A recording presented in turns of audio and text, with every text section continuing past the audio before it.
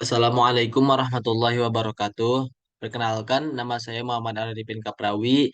Di sini saya akan mempresentasikan eh, sebuah pengertian yaitu modul komunikasi Aristoteles. Sebelum saya membahas ke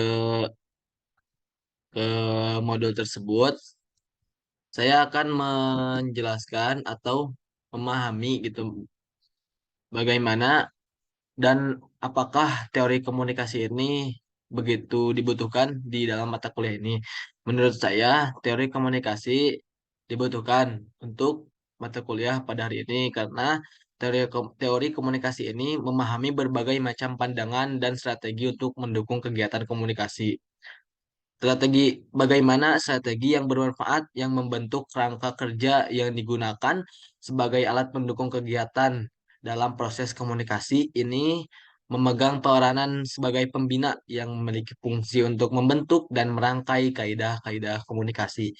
Jadi eh, belajar bagaimana kita komunikasi pada seseorang di dunia manapun, dunia kerja, dunia sosial, masyarakat, dan lain-lain sebagainya. Selanjutnya, masuk ke dalam pengertian model komunikasi Aristoteles. Di sini ada gambar urutan-urutan model komunikasi Aristoteles dari sumber, pesan, dan penerima. Yang pertama itu sumber. Sumber adalah pembicara atau komunikator yang menyampaikan sebuah informasi, sedangkan pesan merupakan hal yang akan atau apa yang dibicarakan dalam proses komunikasi tersebut. Dan selanjutnya yang terakhir adalah penerima. Penerima adalah komunikan atau pihak yang menerima informasi. Seperti itu.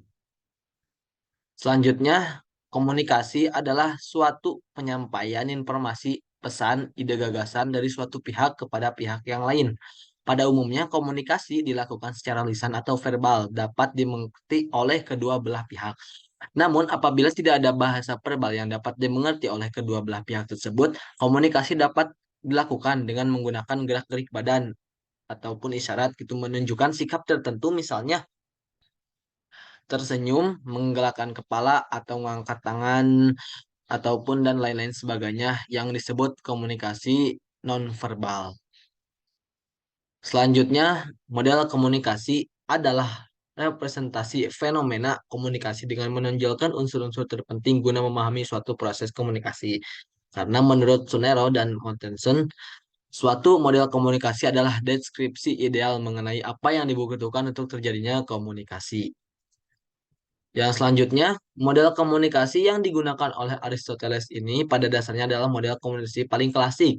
Model ini disebut model retoris atau rhetorical model. Inti dari komunikasi ini adalah persuasi, yaitu komunikasi yang terjadi ketika seseorang pembicara menyampaikan pembicaranya kepada khalayak dalam mengubah sikap mereka. Ilmu retorika pada awalnya dikembangkan di Yunani berkaitan dengan ilmu tentang seni berbicara atau tes retorik. Retorika sendiri adalah suatu atau sebuah teknik pembujuk rayuan secara persuasi untuk menghasilkan bujukan dengan melalui karakter berbicara emosional atau argumen sebuah logo. Awalnya Aristoteles mencetuskan dalam sebuah dialog sebelum dari dengan judul Grulos atau Plato menulis dalam Gergois secara umum adalah seni manipulatif atau teknik persuasi politik yang bersifat rasional dengan menggunakan lambang untuk mengintimidasi pembicara dengan pendekatan pidato persuadan dan yang dipersuasikan saling bekerja sama dalam memahami nilai kepercayaan dan pengharapan mereka.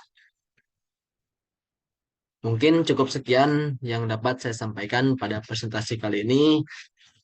Mohon maaf bila ada kurangan kata ataupun kelebihan kata. Terima kasih. Saya akhiri. Wassalamualaikum warahmatullahi wabarakatuh.